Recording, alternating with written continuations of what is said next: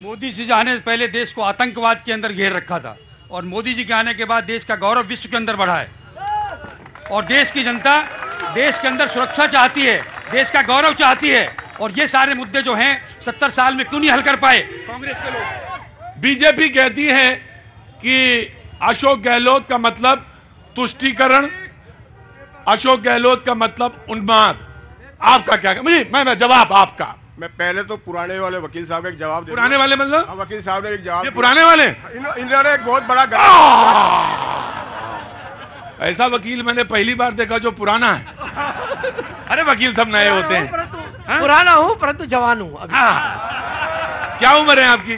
69 year. अरे ना अभी 16-17 साल के लगते हैं आप जी। हाँ जी, कांग्रेस के प्रवक्ता। जाति सूचक शब्द का प्रयोग किया, ये अपमानित शब्द है। हमारे प्रधानमंत्री जैसे शब्द के इन्होंने गंगू तेली जैसे शब्द का प्रयोग किया, ये इनको शोभा नहीं देता। पहले तो ये, और दूसरी बात मैं क्लियर कर देता हूँ। ये नहीं सर, देखिए मेरी बात सुनिए। इसमें कार्रवाई हुई है, पहले इस पर कार्रवाई हो चुकी है संसद में। इन्हीं के प्रधानमंत्री ने इस बात पर ऑब्जेक्शन किया था। पहले इनका इसका शब्द को वापस लिया जाए। जी देखिए, ये मैं मालूम मुझे अरे रुकिए, मैं एक मिनट शांत रहिए। मैं आ रहा हूं, आप परेशान मत होइए जी, आराम से।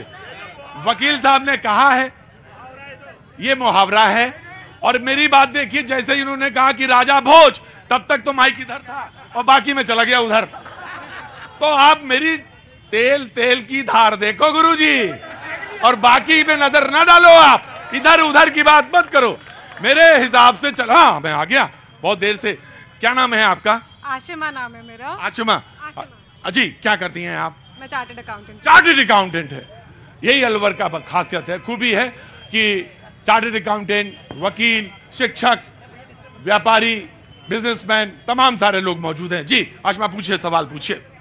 ये सब मोदी कर रहे हैं। मोदी जी हमारे देश के प्राइम मिनिस्टर हैं, उनके पास इतनी सारी रिस्पॉन्सिबिलिटीज हैं देश के लिए करने के लिए, तो उन्हीं के लिए कि उन्हीं के नाम पे क्यों चुनाव लड़ा जा रहा है? आप अलवर में क्या कर रहे हैं आप ये बताइए। हर जगह कूड़ा करकट भरा पड़ा राजन, अलवर में बहुत बुरी हालत है।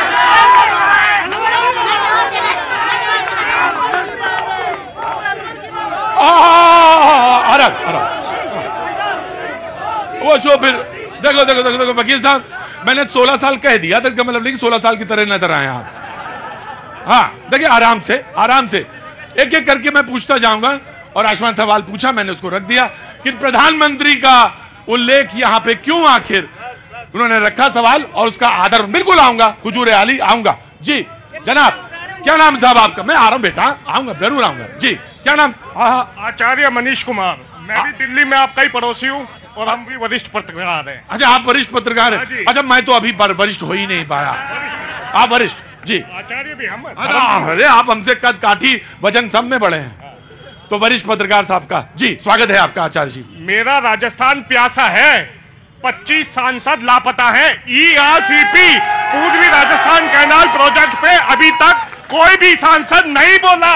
अलवर प्यासा है। इस कंपनी बाग में पानी के टैंकर पैसों से आते हैं। पानी के मुद्दे पे ये सारे वकील सुबह 4 बजे बाल्टी लेकर पानी भरते हैं।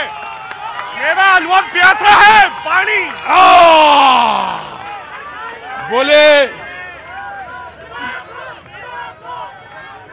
बोले ये सारे वकील साहब पहले सुबह बाल्टी से पानी भरते हैं। मैं पर्यावरणविद के पास आऊंगा, जरूर आऊंगा। जी साहब, अभी पानी की बात हमारे भाई साहब कर रहे थे। हाँ। मैं हमारे कांग्रेस बंधुओं से पूछना चाहता हूँ कि जो 38 करोड़ की जो योजना थी, हमारे माननीय शहर विधायक श्री संजय शर्मा जी ने विधानसभा में मुद्दा उठाया, उसका प्रोजेक्ट फाइल बन गया। वर्तमान मंत्री टीकाराम जूली जो कांग्रेस की सरकार में मंत्री हैं, उन्होंने श्री सेठ की जो योजना रुकवाई थी, उसका जिम्मेदार कांग्रेस है। जो पानी की जी, मैं आता मैं सवाल एक एक करके आते जाएंगे, बिल्कुल आते जाएंगे। मैं बिल्कुल आऊंगा आपके पास, बिल्कुल आऊंगा। जनता को पूछने दीजिए पहले मतलब भर से। जी साहब, नमस्ते। हेमंत जयमन, बहुत बहुत स्वागत है। मैं आ रहा हूं। मैं भाई साहब, मैं सवाल जो वजन के हिसाब से नहीं पूछ रहा हूं कि जिसका वजन ज्यादा है पहले उससे पूछ लो, फिर हल्के वाले से पूछो, ऐसा नहीं कर रहा हूं मैं। आराम से, मैं आऊंगा बेटा, आराम से मैं आ जाऊंगा, तुम्हारे पास आ जाऊंगा, अभी समय बहुत है। जी बोलिए साहब। मेरा मानना है कि जो चुनाव है, चुनाव के लिए जो एजेंडे तय किए जाते हैं पार्टियों के द्वारा, पार्टियां तय करती हैं कि हम ये चीज फ्री दे देंगे, वो चीज फ्री दे देंगे। भाई सुनना तो सुनो डिबेट, और नहीं तो बंद कर दे डिबेट जी। हम हर बात में विदेशों से तुलना करते हैं भारत की, लेकिन जब विदेशों की जो टेक्नोलॉजी है उसको एडॉप्ट नहीं करते। हमारे यहाँ प्राइमरी स्कूल के टीचर्स को मिलते हैं 5,000 रुपए और विदेशों में भी मिलते हैं 50,000 रुपए। प्राइमरी जब कच्चा गढ़ा होता है उसको शेप देने के लिए एक अच्छे टीचर्स की जरूरत होती है। वहाँ ज़्यादा मेहनत करनी चाहिए और वहाँ पे ज़्यादा एजुकेटेड टीचर्स आने चाहिए। जब बहुत सारी डिबेट में मैं घूमता हूं, लगभग 30-40 शहर घूम लेता हूं, तब कोई एक सवाल मुझे मिलता है, निश्चित तौर से आपके लिए ताली बजाई जानी चाहिए। और वो जो कोमल पौध होती है उस पर ज्यादा खर्च होना चाहिए। मुझे भी लगता है ऐसा, मुझे भी लगता है। एक बात और कहना चाहता हूं, ये जो रेवड़ियां बांटते हैं, मैंने एक पिछले यूपी के चुनाव थे तो अमित शाह जी ने कहा था कि 5 रुपए किलो घी दे देंगे, किसी ने कहा कि हम 10 रुपए किलो की चीज दे देंगे। आप भारतीयों को पंगु कर रहे हैं, उनको स्टेबल कीजिए। 8वीं क्लास तक एक टेक्निकल एजुकेशन लेकर के आइए ताकि वो बच्चा खुद अपने आप को प्रोडक्टिव कर ले और खुद संबल हो जाए, तो आपकी इन रेवड़ियों की जरूरत नहीं पड़ेगी नेताओं को। तो आपकी इन रेवड़ियों की जरूरत नहीं पड़ेगी। मेवात जिले के हैं, ये कहा गया कि अशोक गहलोत जी का मतलब तुष्टीकरण, अशोक गहलोत जी का मतलब उन्माद। मेवात से आए हैं मुस्लिम नेता, मैं आऊंगा बेटा, जरूर आऊंगा जी। जनाब ऐसा है कि राजस्थान में अब की बार अशोक गहलोत ने सभी वर्ग के लिए, चाहे वो गरीब हो, कर्मचारी हो, किसान हो, और डेवलपमेंट के नाम पर जितने जिले बनाए, जितने तहसील बनाए, जितने पीएससी बनाए, जितने हॉस्पिटल बनाए, आज तक भारतीय जनता पार्टी तो छोड़िए आप, हिंदुस्तान के इतिहास में किसी भी मुख्यमंत्री ने ऐसा नहीं किया। इसलिए बीजेपी वालों के पास कोई जवाब तो है नहीं, उस बात का कोई जवाब नहीं है। अगर इनके पास जवाब है, इनके पास सिर्फ हा उल्ला हिंदू मुस्लिम के नाम पर बांटना, बुलडोजर में बैठ करके फार्म भरने जाना, इसके अलावा दूसरा काम